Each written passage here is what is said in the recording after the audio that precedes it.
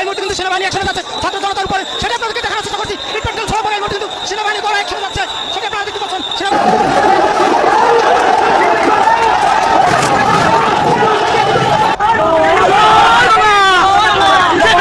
আমাদের টাকাই কেন এই অস্ত্র আমাদের ব্যবহার করবে কেন তারা? এটা আমরা হত্যা দিব না। এখানে কেন গ্রেনেড মারছে? আমরা এটা করব চাই। এগুলা সম্পূর্ণ দালাল, এরা আসল দালাল।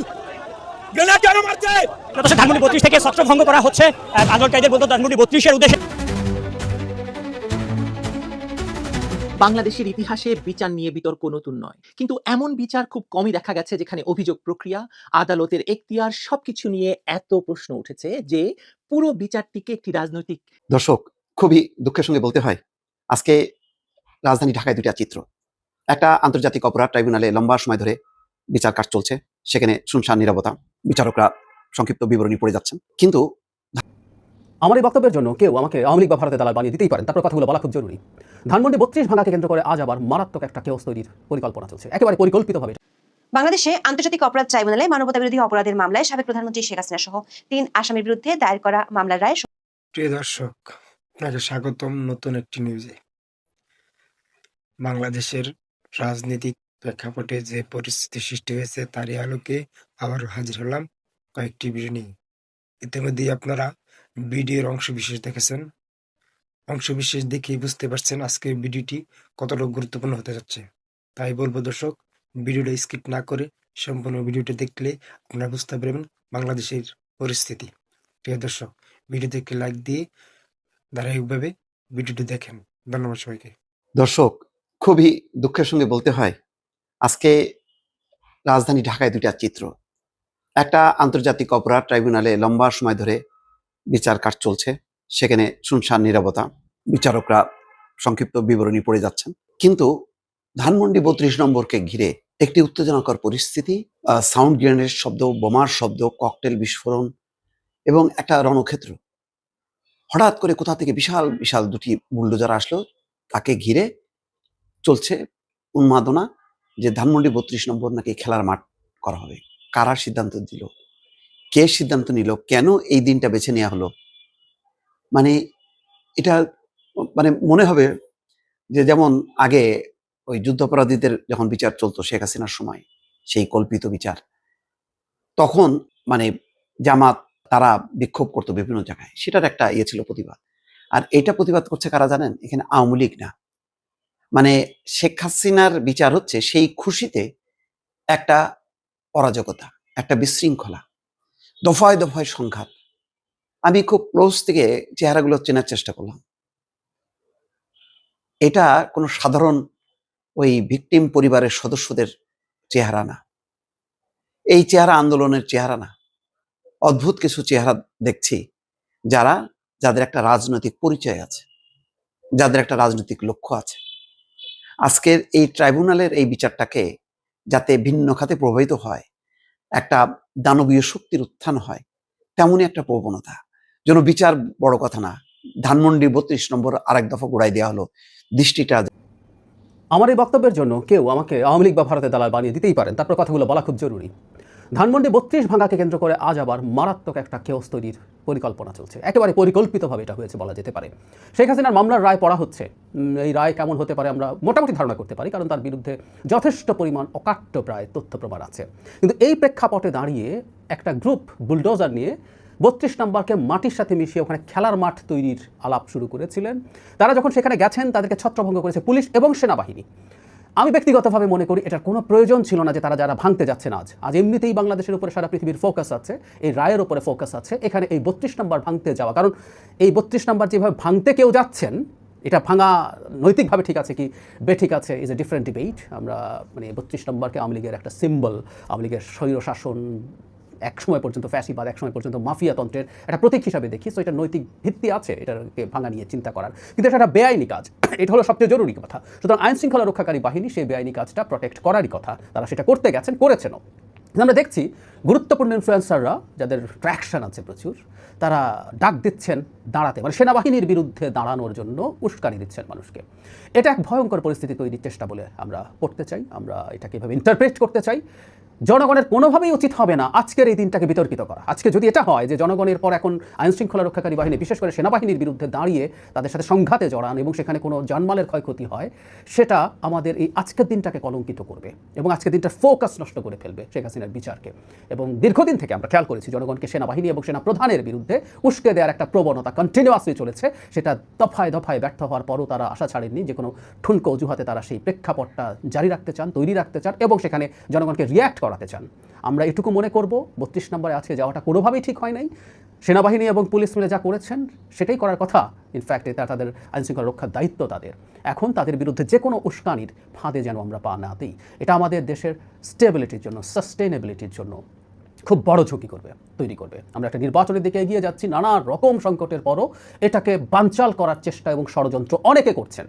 সুতরাং এই ফাঁদে পা দেওয়ার মাধ্যমে আমরা আসলে সেটা করবো। যারা শেখ হাসিনা বা আওয়ামী লীগের বিরুদ্ধে বিভৎস রকম প্রতিহিংসা, প্রতিশোধ পরায়ণতা দেখাচ্ছেন, তাদের অন্তরে অনেকের মধ্যেই আসলে এটা কাজ করছে। আওয়ামী লীগের জন্য আমরা ন্যায় বিচার চাইছি, শেখ হাসিনা এবং তার অন্যান্য সাঙ্গপাঙ্গেরও ন্যায় বিচার হবে, সংগঠন হিসাবে আওয়ামী লীগের বিচার হবে, এগুলো আমরা প্রত্যেকটা এক্সপেক্ট করি। কিন্তু আমরা এমন কিছু করবো না যেটা আমাদের রাষ্ট্রের স্থিতিশীলতা নষ্ট করে, আন্তর্জাতিকভাবে আমাদেরকে চাপে ফেলে দেয়। সুতরাং আমি তেমন কেউ নই, আমার আহ্বানে তেমন কিছু হবে বলে মনে করি না, অনেক বড় ইম্প্যাক্ট আছে বলে মনে করি না। তারপর আমি চাই আমাদের ভেতরে শুভবুদ্ধির যেন উদয় হয়, আমরা কারো উস্কানির ফাঁদে যেন পা না দিই। প্লিজ আমরা কোনো রকম কোনো সংঘাতে সেনাবাহিনীর সাথে, পুলিশের সাথে যেন না জড়াই।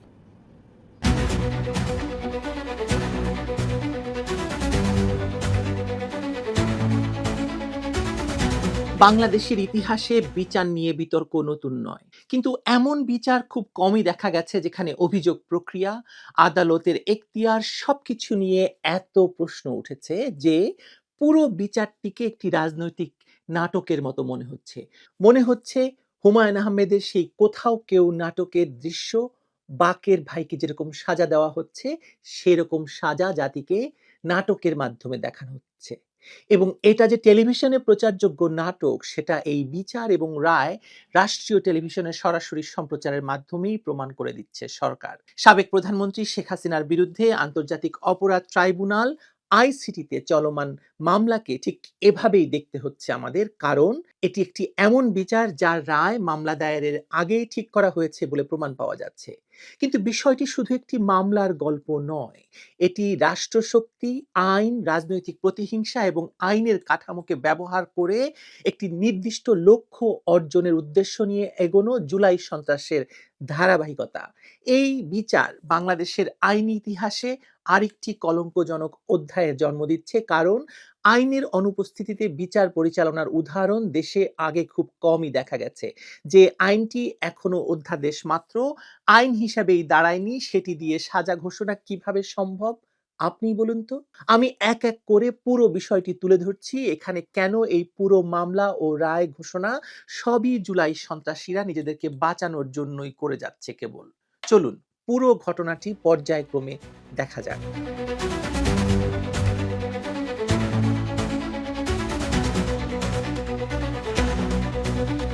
কোটা এবং মেধা মনে হতে পারে যে যারা কোটায় চাকরি করে তাদের কোনো মেধা নেই, কিন্তু আবেদন করার ক্ষেত্রে কোটা লাগে না, প্রিলিমিনারিতে কোটা লাগে না, লিখিততে কোটা লাগে না, একদম শেষ মুহূর্তে গিয়ে কোটা অ্যাপ্লাই হয়।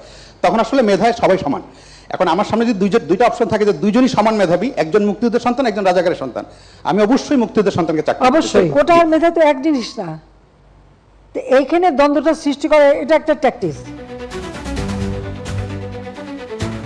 যে সংবাদ সম্মেলনটি এতক্ষণ দেখলেন, জুলাই সন্ত্রাসীদের জন্য এটাই ছিল বাহানা আর আক্রমণের মূল কারণ। এখান থেকেই শুরু হয়েছিল জুলাই সন্ত্রাসীদের ক্ষমতা দখলের অধ্যায়। 2024 সালের জুলাই আগস্টে ছাত্র জনতার আন্দোলনের পটভূমিতে যে সহিংসতা ছড়িয়ে পড়ে, তা ছিল বহুস্তরীয়, সমন্বিত এবং দেশি বিদেশি নেটওয়ার্কের অংশগ্রহণে পরিচালিত একটি বৃহৎ সহিংস অভিযান।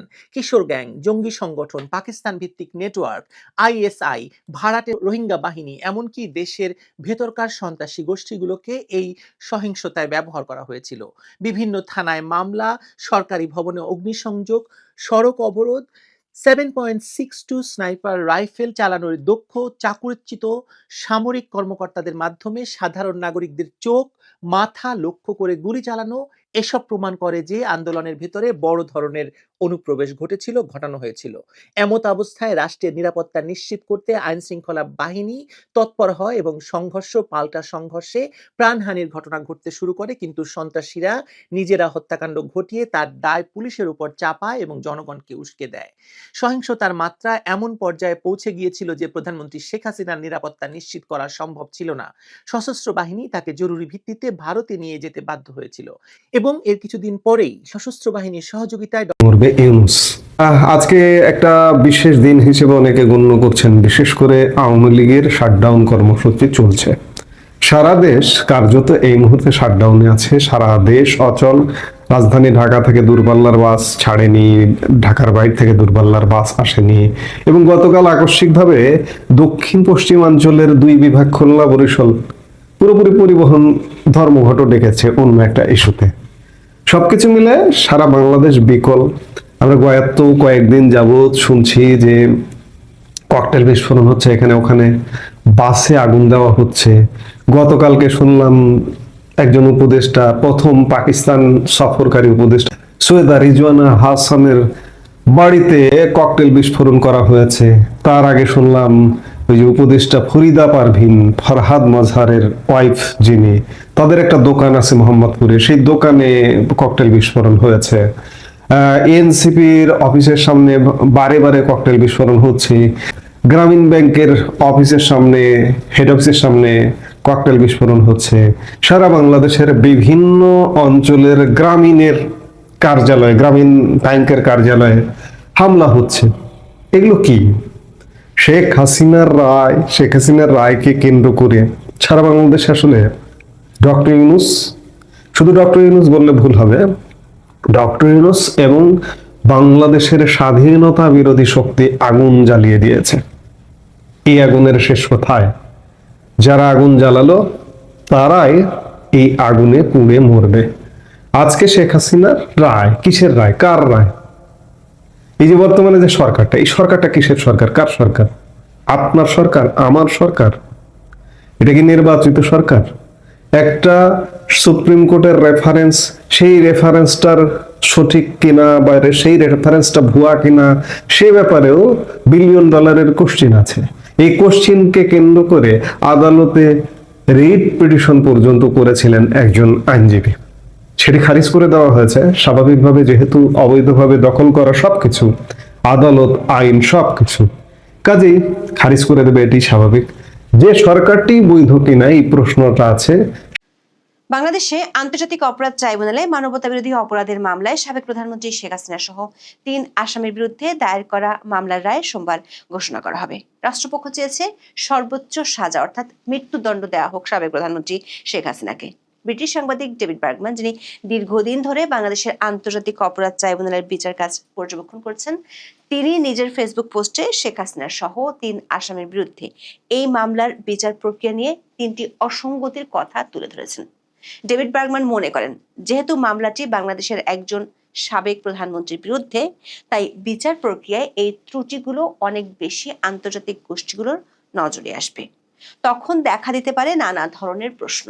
মজার ব্যাপার হলো, সম্প্রতি শেখ হাসিনা জাতিসংঘে আইনজীবীর মাধ্যমে যেসব নালিশ করেছেন, সেখানেও একই ধরনের অভিযোগ উঠে এসেছে।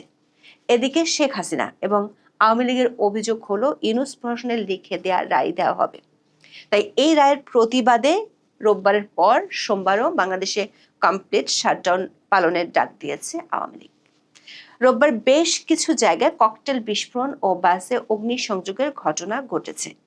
আন্তর্জাতিক অপরাধ ট্রাইব্যুনাল ও আশপাশের এলাকায় পর্যাপ্ত সংখ্যক সেনা সদস্য মোতায়েন করে নিশ্চিদ্র নিরাপত্তা নিশ্চিত করতে সুপ্রিম কোর্ট প্রশাসন থেকে সেনা সদরে চিঠি দেওয়া হয়েছে। এসব কিছুকে ছাড়িয়ে নতুন করে বিতর্কের জন্ম দিয়েছে ঢাকা পুলিশ কমিশনারের একটি নির্দেশ। পুলিশ আইনের দোহাই দিয়ে যানবাহনে অগ্নিসংযোগ ও ককটেল নিক্ষেপ করতে এলে সরাসরি গুলির নির্দেশ দিয়েছেন ঢাকা মহানগর পুলিশ বা ডিএমপি কমিশনার শেখ মোহাম্মদ সাজ্জাদ আলী। 5 দিনের আগে চট্টগ্রাম মহানগর পুলিশের কমিশনার একই ধরনের নির্দেশনা দিলে সেটি নিয়ে মিশ্র প্রতিক্রিয়া তৈরি হয়। দর্শক, বাংলাদেশের পুলিশের বিরুদ্ধে বিচার বহির্ভূত হত্যাকাণ্ড এবং মানবাধিকার লঙ্ঘনের গুরুতর অভিযোগ আছে। প্রশ্ন উঠেছে, একাধিক মানবাধিকার কর্মী আছে অধ্যাপক ইউনূসের যে পরিষদে, সেই সরকার আমলে কি তাহলে পুলিশ আবারও ভয়ঙ্কর রূপে ফিরে যাচ্ছে? বিস্তারিত জানতে চলুন যাওয়া যাক বিশ্লেষণে।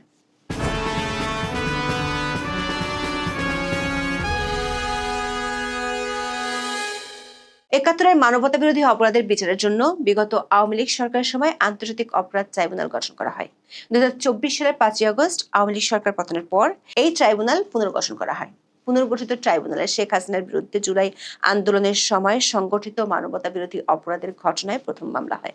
গত বছরের 17 অক্টোবর পুনর্গঠিত ট্রাইব্যুনালের প্রথম বিচার কার্যক্রম অনুষ্ঠিত হয়। ওই দিনই শেখ হাসিনার বিরুদ্ধে এ মামলায় গ্রেপ্তারি পরোয়ানা জারি করে ট্রাইব্যুনাল। ওই সময় শেখ হাসিনাই মামলাটির একমাত্র আসামি ছিলেন। পরে এবছরের মার্চে সাবেক স্বরাষ্ট্রমন্ত্রী এবং সাবেক আইজিপিকে এই মামলায় আসামি করতে প্রসিকিউশনের করা আবেদন মঞ্জুর করেন ট্রাইব্যুনাল। এবছরের 12 মে ট্রাইব্যুনালের তদন্ত সংস্থা চিফ প্রসিকিউটরের কার্যালয়ে তদন্ত প্রতিবেদন জমা দেয়। এই মামলায় শেখ হাসিনা সহ আসামিদের বিরুদ্ধে